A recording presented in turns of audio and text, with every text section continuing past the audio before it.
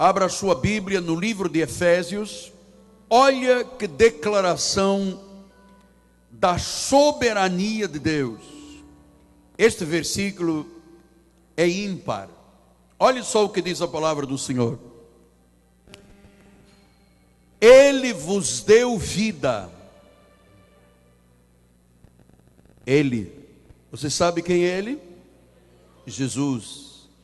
Ele vos deu vida, estando vós mortos nos vossos delitos e pecados.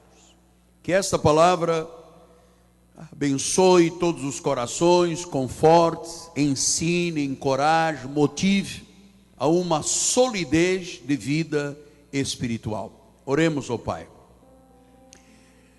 Senhor, eu trago a minha Bíblia para o altar. Está aqui, a minha Bíblia física, mas a palavra está no meu coração, está na minha mente.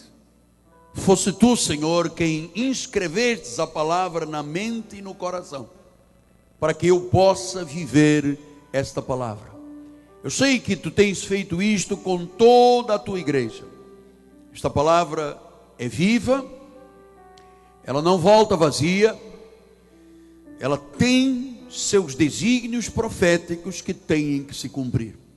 Então fala-nos nestes 40 minutos, em nome de Jesus, e todo o povo de Deus diga amém, amém e amém. Obrigado, Carlos Oliveira, parabéns, você abençoou muito o meu coração. Valeu, viu? Estou confortável.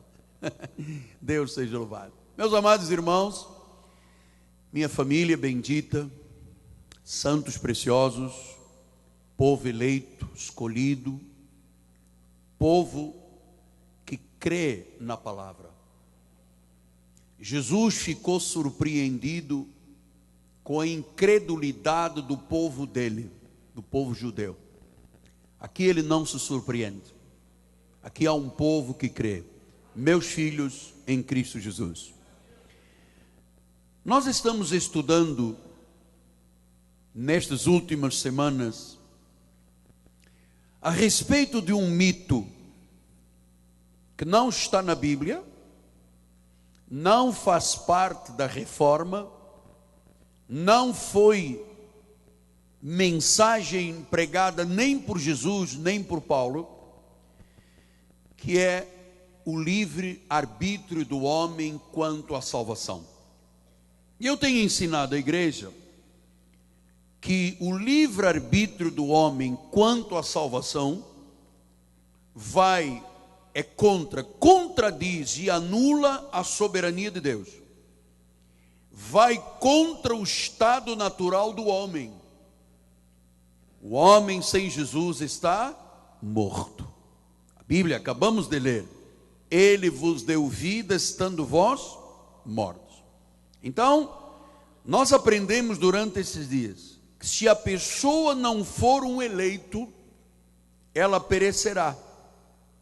Porque Deus só dá vida. Veja, ele escreveu aos Efésios. Efésios são o quê? Uma igreja, um povo salvo.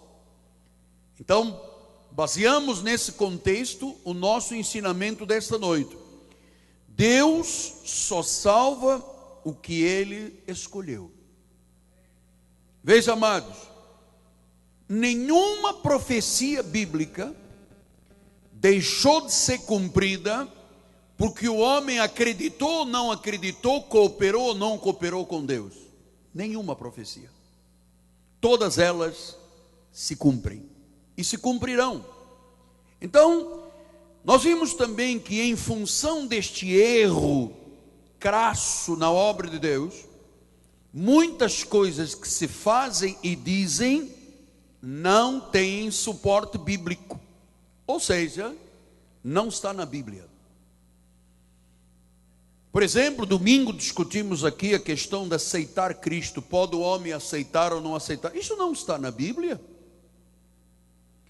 Tratamos da questão da expiação universal, que a tradição diz que é para todos, a Bíblia diz que é para os eleitos. Tratamos da oferta do Evangelho, dizendo, não, a tradição diz, o homem decide. Você acabou de ler um versículo comigo que diz: não pode decidir porque o homem está morto. Lembra a igreja o que o próprio Cristo disse em João 6:44 e 65, ele diz assim: ninguém. Pastor, mas por que razão tanto se luta contra esta situação, que a verdade diz que não há livre-arbítrio, ninguém pode vir a mim se o Pai que me enviou não o trouxer?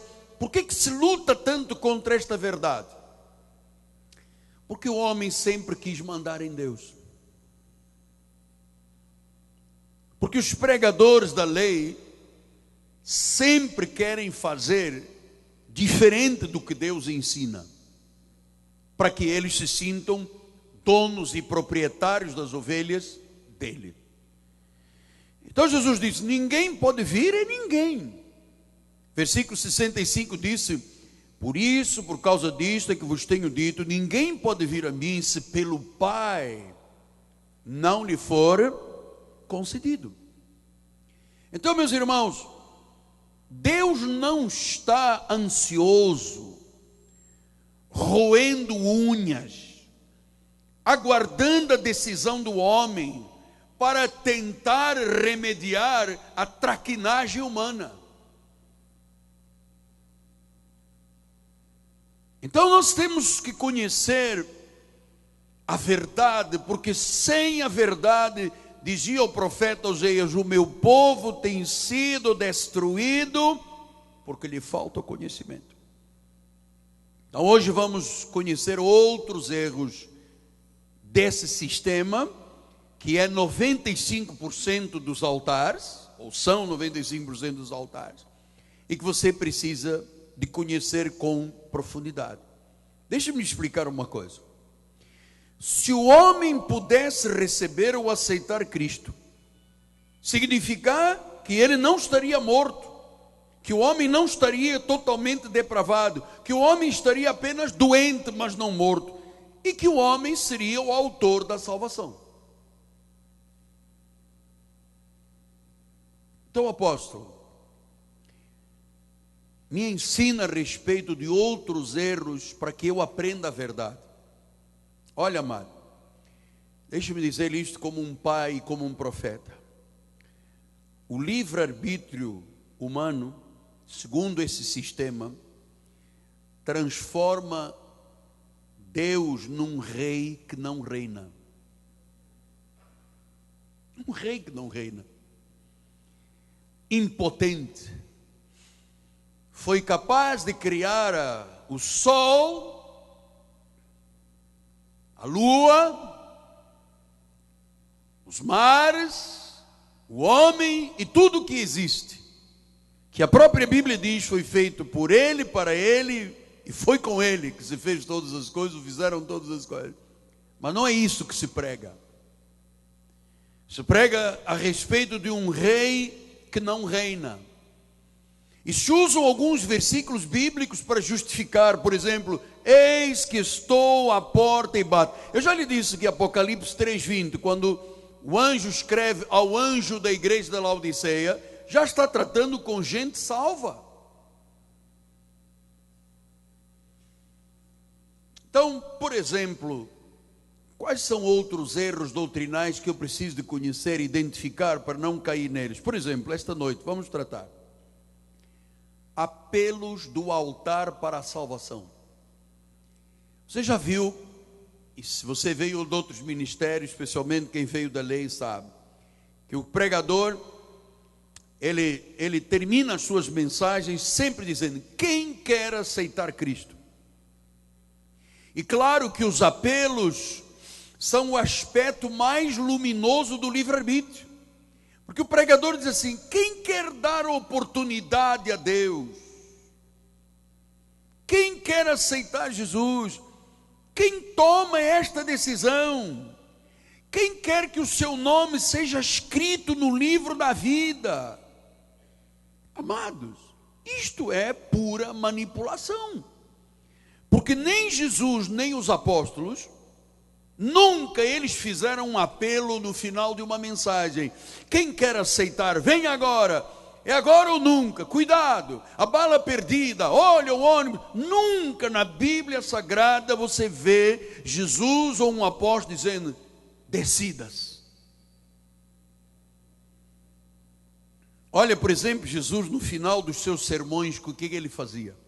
Mateus 7, 28 e 29. Quando Jesus acabou de proferir estas palavras, estavam as multidões maravilhadas da sua doutrina, porque ele as ensinava como quem tem autoridade, não como os escribas. Quem é que faz esses apelos emocionais? São os escribas. Você tem que ficar admirado e emocionado com a mensagem de revelação da graça de Deus, e não com o pastor da igreja. Veja o que diz depois 8:1 de Mateus. Ora, descendo ele do monte, as multidões o seguiam. Ele não ficava dizendo, por favor, me dê uma chance, poxa, decida por mim, olha aí, eu vou te dar um carro novo, quem sabe uma porta de emprego. Ele não, ele pregava, as pessoas ficavam maravilhadas e o seguiam. Então, na realidade, os apelos para a salvação podem ser um engano. Você sabe por quê? Porque dão uma falsa noção de que quando a pessoa sai do banco da igreja e vem à frente, que isto já prova que ela está salva para sempre. Isto é uma tradição, mas na prática é um engano. Só vir na frente para a salvação é um engano, porque, amado, Deus não oferece o evangelho a todo mundo. Assim como Maomé não oferece para todo mundo. Você não vê o mundo inteiro ocidental se curvando a Maomé. Maomé tem os seus seguidores, Buda tem os seus seguidores, e Cristo tem os seus eleitos. Portanto, para um não eleito, é uma falsa noção de salvação. Então nós precisamos estar atentos a isto, porque durante muitos anos nós fizemos, especialmente quando ainda estávamos na lei, apelos. Quem quer aceitar Cristo, vem agora. Ninguém se mexia. E aí vem a pressão do altar. Olha o inferno, olha o demônio, olha o diabo, olha a bala perdida. E as pessoas são movidas por uma emoção. Nós aqui temos profecia, nós convidamos, quando o Senhor fala uma profecia. Agora, eu entendi que Deus tem os salvos, e o salvo, amado, ele só precisa de ouvir a palavra, mais nada. Pastor, e os outros? É que a Bíblia diz que os salvos são tantos como a areia do mar. É que a gente pensa assim, os salvos só somos nós. Não, nunca disse isso. Os salvos são todos aqueles que, desde a nação de Israel, o povo hebreu, salvo por nação, até o último gentio predestinado, esses são tantos como a areia da praia. Incontáveis. Agora, Deus tem os seus eleitos, e os outros que não são? Não são, foram postos para a perdição. É como se um casal fosse a um infantário e dissesse assim, olha, nós queremos adotar este menino que está aqui. E então, como se chama então? Não é um infantário. Orfanato. Muito obrigado, viu? Português tem que ser corrigido na hora. Então chegou um orfanato infantário, que não é infantário, orfanato, infantário em Portugal, e ele diz, eu quero adotar esta menina lourinha que está aqui. E então cai-lhe todo mundo com um pau nas costas assim, porque você não adota todos? Mas eu só quero adotar esta pessoa. Não, ou todos ou morre. É isso que fazem com Deus. Então, você veja o que Pedro explicou. 1 de Pedro 1, 1 e 2. Pedro, apóstolo de Jesus Cristo, aos eleitos. Ele não disse ao mundão. E graças a Deus que nós não somos mais do mundão. Não temos mais parte com Satanás. Não somos mais como os demais filhos da ira. Não seguimos o príncipe das potestades do ar, porque estávamos mortos quando fazíamos isso. Eu disse aos eleitos, que são forasteiros da dispersão do Ponto, Galácia, Capadócia, Ásia, Bitínia, Brasil, Europa, África, eleitos. Você vê com quem Deus trata. Agradeça a Deus que você não é um filho do diabo, você é um eleito de Deus. Foi Ele que te elegeu. eleitos segundo a presciência de Deus Pai. Pastor, o que é presciência? Presciência vem de uma palavra grega chamada prognosis, quer dizer determinação, vontade soberana, desígnio do Senhor. Pastor, mas eu sempre ouvi dizer que Deus sabia que eu ia ser salvo. Não, não é que Deus sabia. Ele sabia, claro, mas Deus determinou que você seria salvo por sua presciência, por sua prognosis. Então, o destino do homem não depende dos caprichos ou das manobras do homem. O nosso destino está nas mãos do Deus onipotente. E vou lhe dizer uma coisa: todos os planos de Deus prevalecerão. O que disse o profeta? Agindo Deus, quem pode impedir? Então eu entendo que um apelo para a salvação é manipulação. Porque eu me recordo um dia, veio aqui um americano pregar em nossa igreja, ele disse: Miguel, só num dia eu ganhei 325 almas. Eu disse: uau, eu pensei que tinha sido Jesus. E eu disse a ele: olha, eu um dia preguei numa das 3 vezes que enchemos o Maracanãzinho, eu preguei e numa das vezes 1.750 pessoas responderam ao apelo. Eu vou lhe surpreender, nenhuma destas pessoas está conosco. 1.750 pessoas vieram a um apelo meu, não tem uma pessoa salva. Se não é o Pai a trazer, então pastor, se eu não tenho que fazer apelos, o que eu tenho que fazer? Nossa mensagem é diferente. O pacto da graça é uma mensagem de reconciliação. 2 Coríntios 5, 18, 19. Ora, tudo provém de Deus, inclusive a salvação, que nos reconciliou, Ele reconciliou consigo mesmo, por meio de Cristo nos deu o ministério da acusação, que é para dizer, vai para o inferno, olha a bala perdida. Ele deu o ministério de quem? Reconciliação. A saber, que Deus estava em Cristo, reconciliando consigo o mundo, não imputando aos homens as suas transgressões. O que as igrejas mais fazem é imputar transgressões. Sabe como é que os pregadores chamam o povo de Deus? Pecador! Paulo diz, não impute, os pecados já estão na cruz. Não imputando as transgressões, Ele nos confiou uma palavra da reconciliação. E agora ele diz no versículo 20, de sorte que somos todos embaixadores em nome de Cristo, como se Deus exortasse por nosso intermédio, em nome de Cristo, pois rogamos que vos reconcilieis com Deus. Então a nossa chamada é esta, somos embaixadores para exortar. Pastor, o que quer dizer exortar? Exortar é convocar, é encorajar. Eu te encorajo, amado, vem para a igreja. Eu te encorajo, reconcilia-te com Deus. Mas eu não posso dizer, aceita Jesus, porque eu tiro a soberania de Deus. Pastor, então quando eu encorajo, se a pessoa que está me ouvindo é uma ovelha, o que acontece? Ela vem. E se não é ovelha, bate com os pés no chão e se manda. Como diz o ministro, vaza.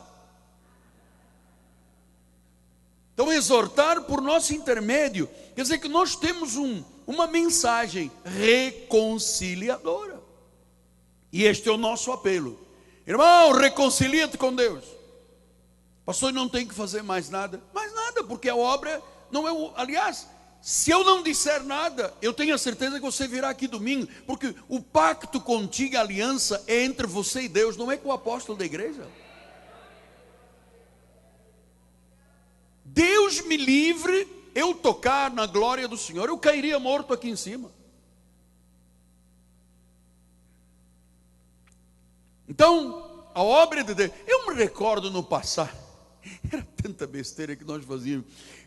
Eu me recordo no passado, quando nós tínhamos reuniões de batismo no Espírito Santo, que a gente não sabia que quando se ouve a palavra, é selado, é batizado, é ungido. Fala ou não fala em línguas? Línguas são manifestações do Espírito. Língua, cura, profecia, manifestações. Então nós tínhamos uma reunião chamada Batismo no Espírito Santo. Lembra? Então era assim, fala em línguas. E a pessoa ficava ajoelhada, fala. Como é que eu falo? Fala assim, blá, blá, blá, blá, blá, blá, blá. Fala, se não falar você está frito, olha, você vai apanhar, fala. E a pessoa só, e enrolava a língua, meu amado. E depois de enrolar a língua, a pessoa falava qualquer coisa, até chinês e japonês.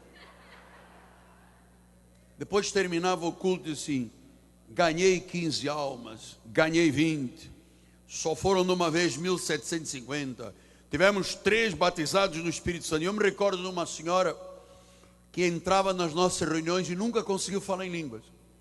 E ela chorava, a mãe dos predestinantes, ela chorava e dizia, eu não sou digna, eu não falo, eu queria falar alguma coisa, charamandalai, alguma coisa.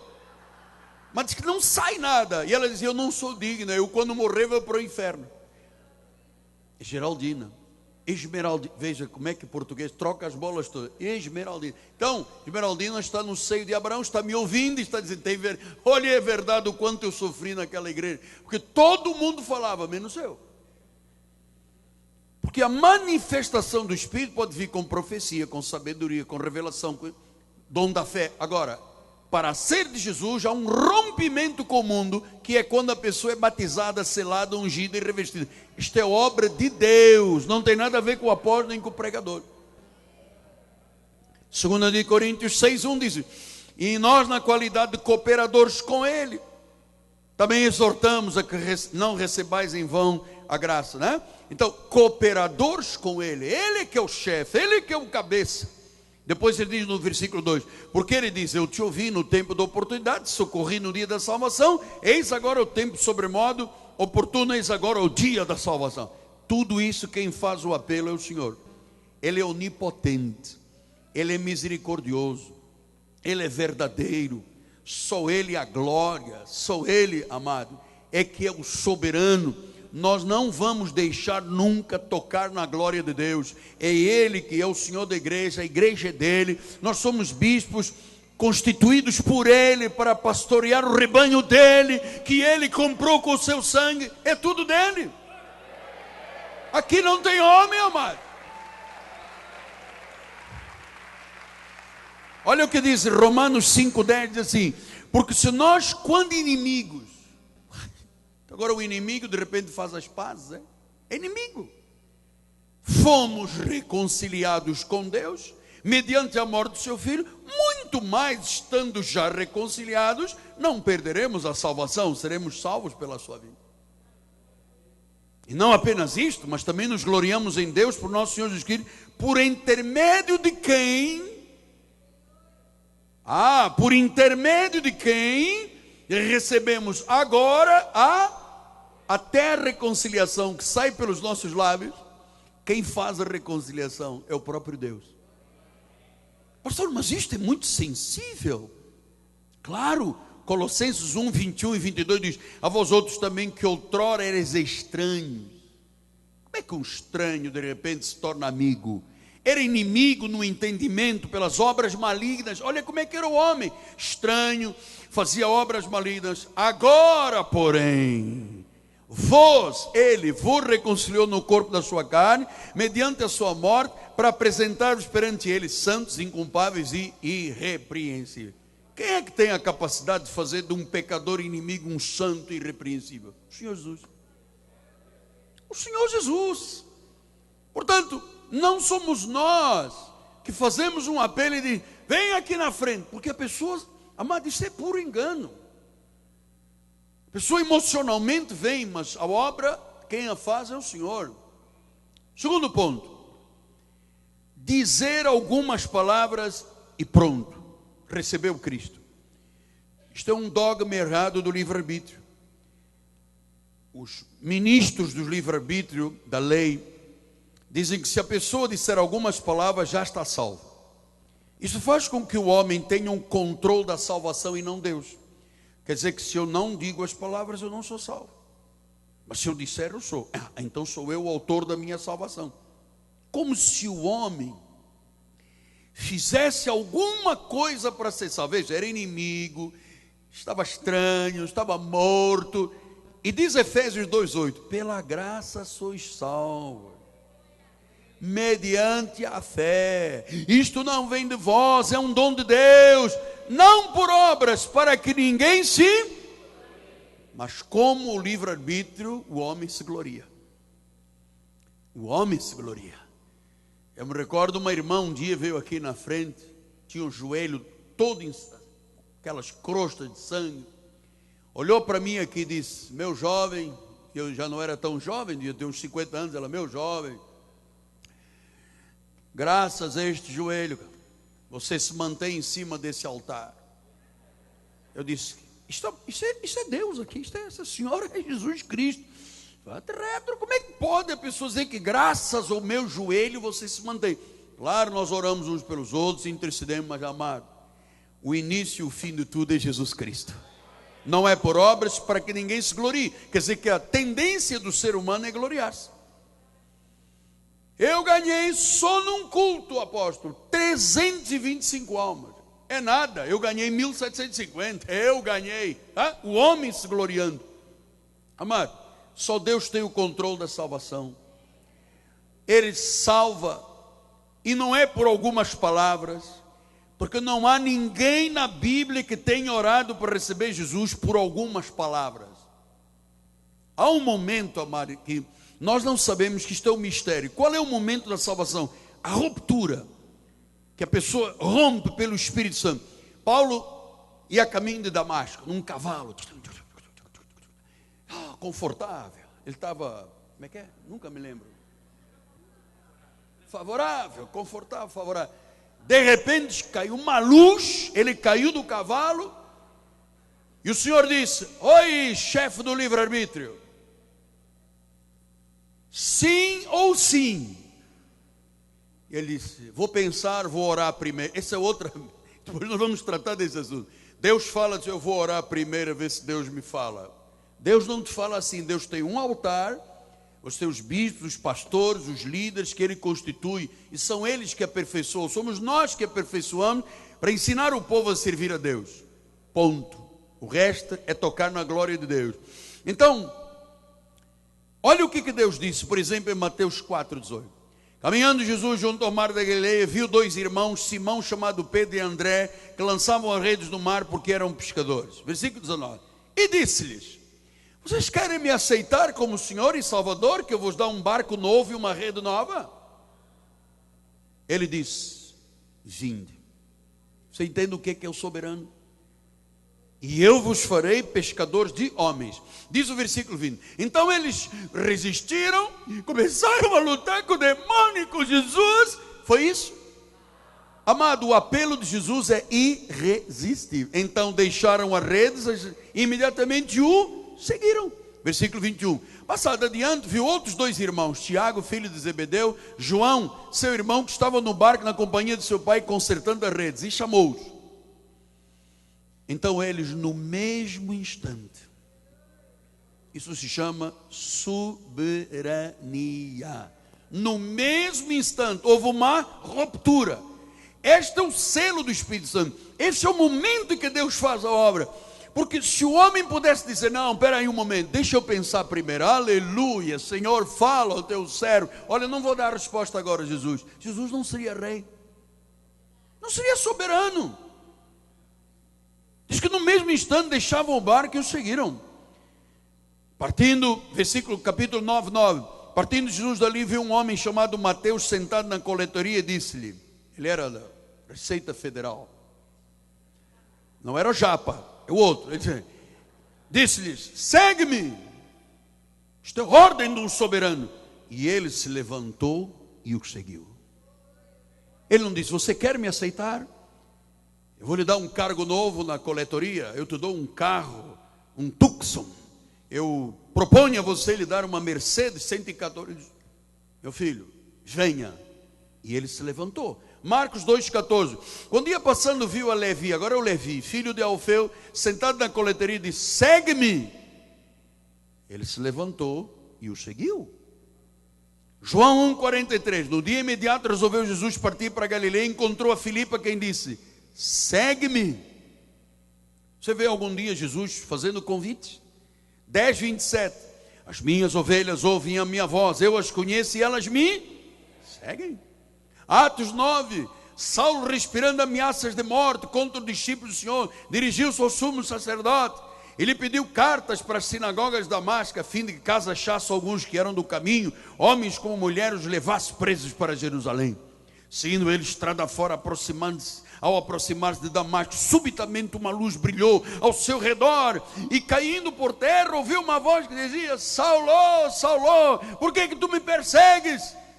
E ele perguntou: quem és tu, Senhor? Alguém pode dizer que Jesus é Senhor senão pelo Espírito?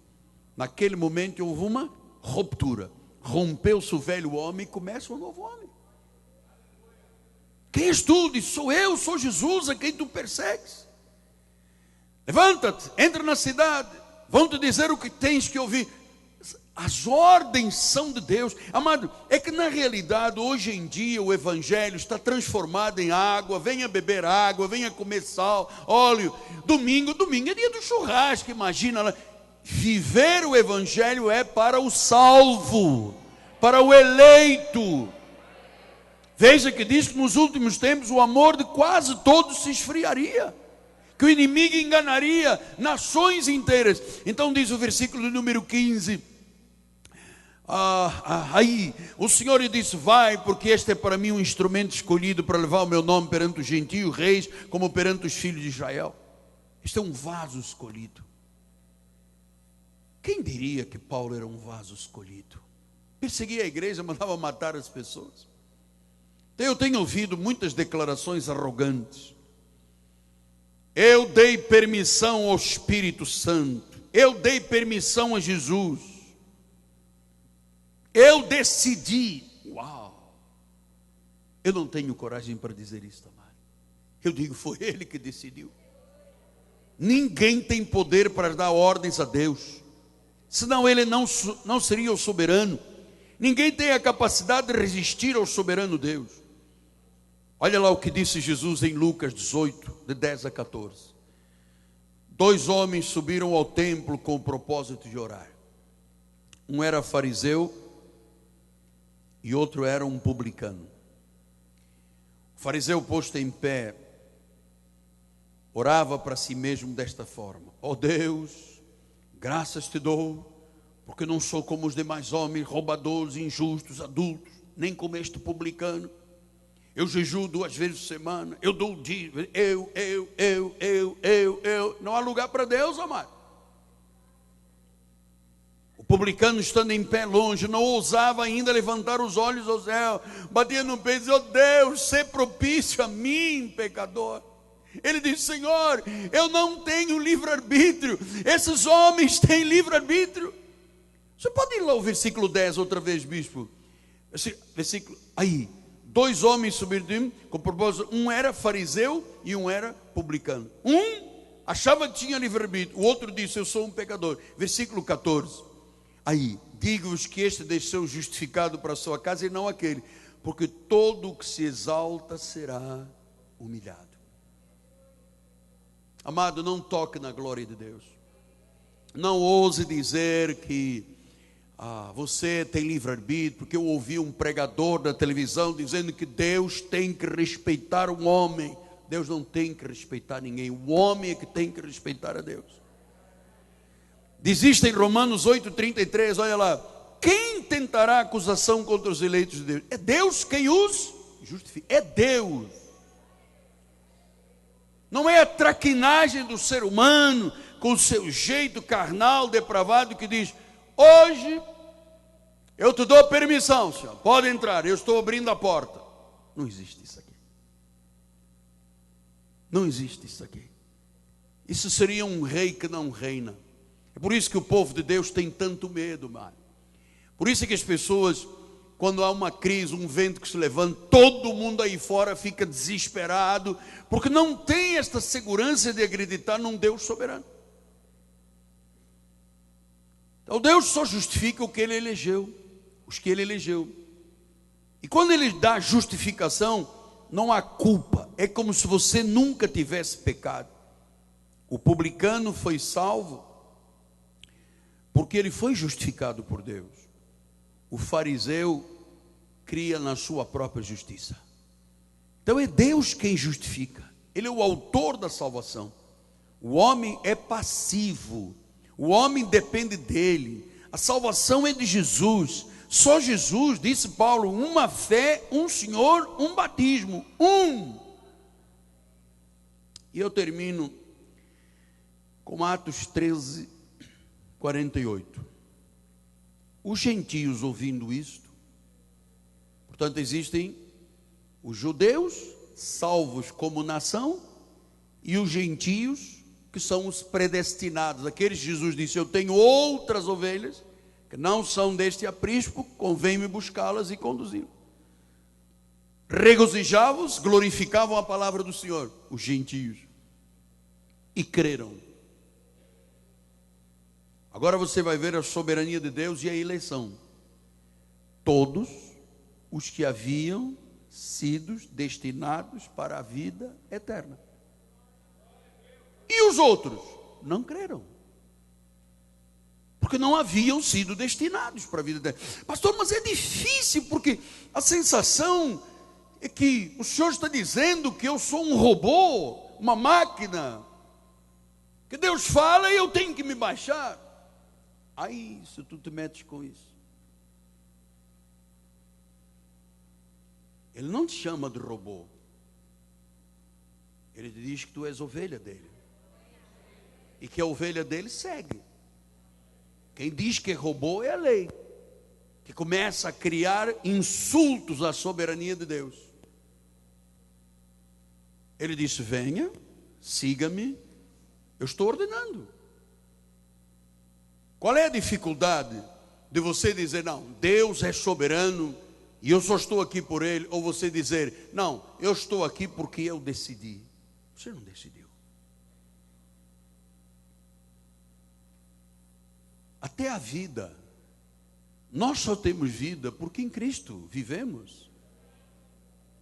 Quantas pessoas alardearam contra Deus e num piscar de olhos acaba a vida?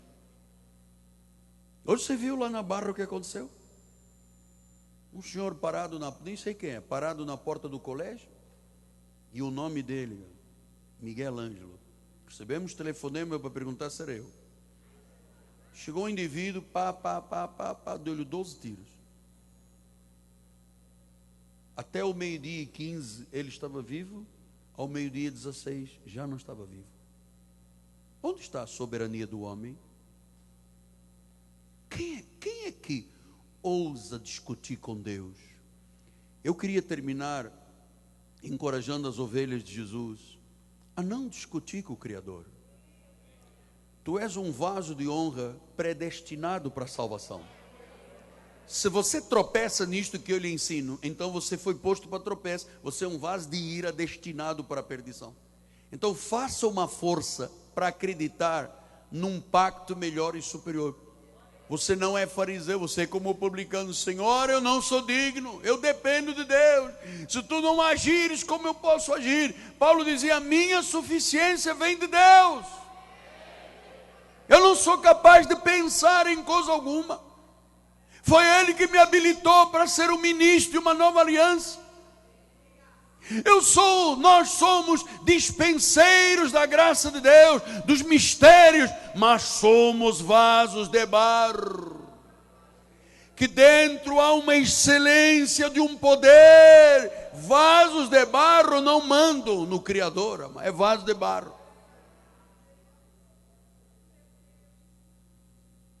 Quer dizer que quando eu creio nisto, eu tenho uma segurança, sabe, uma classe de fé, de que uma vez em Cristo para sempre. Que uma vez salvo para sempre. Uma vez ungido, ungido para sempre. Uma vez ovelha, ovelha para sempre.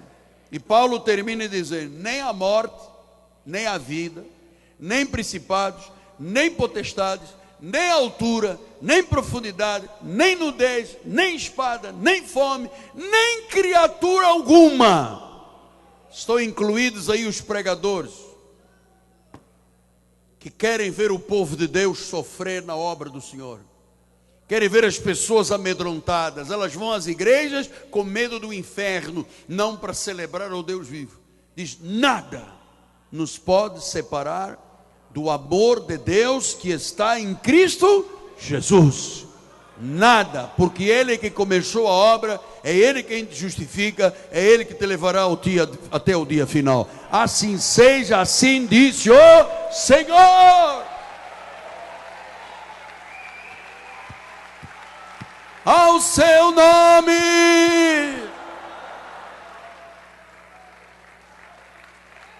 Assim é que se vive o Evangelho. Assim se vive o Evangelho. Soberano Deus, o Despotes, o Arcon, é Ele é o Senhor. Não temas, Ele é contigo. Maior é aquele que está em você do que aquele que está neste mundo. Se Deus é por você, não importa quem seja contra. Você recebe essa palavra? Você pode dar um glória a Deus forte? Esse é o mais forte da tua vida? Amém, amém. Glória a Deus, vamos ficar de pé. Hércules, você está gostando, está compreendendo, hein? Glória a Deus. Bispo vai dar a bênção final. Glória a Jesus. Levante as suas mãos para os céus. Obrigada, Senhor, porque nós fomos livres, Senhor, pelo teu chamado, Senhor. És tu quem determinaste, foste tu quem determinaste essa liberdade, Senhor. Pai amado, dá ordens aos teus anjos que nos levem em paz. Guarda-nos, livra-nos, Senhor, de todos os males, Pai. Torna-nos invisíveis, Senhor, para o homem mau, porque nós cremos na tua soberania e na tua bondade. Que a tua graça, o teu amor e a tua misericórdia nos acompanhem todos os dias, em nome de Jesus. Graça e paz. Saia daqui feliz, porque Deus lhe escolheu para ser ovelha bendita. Aleluia.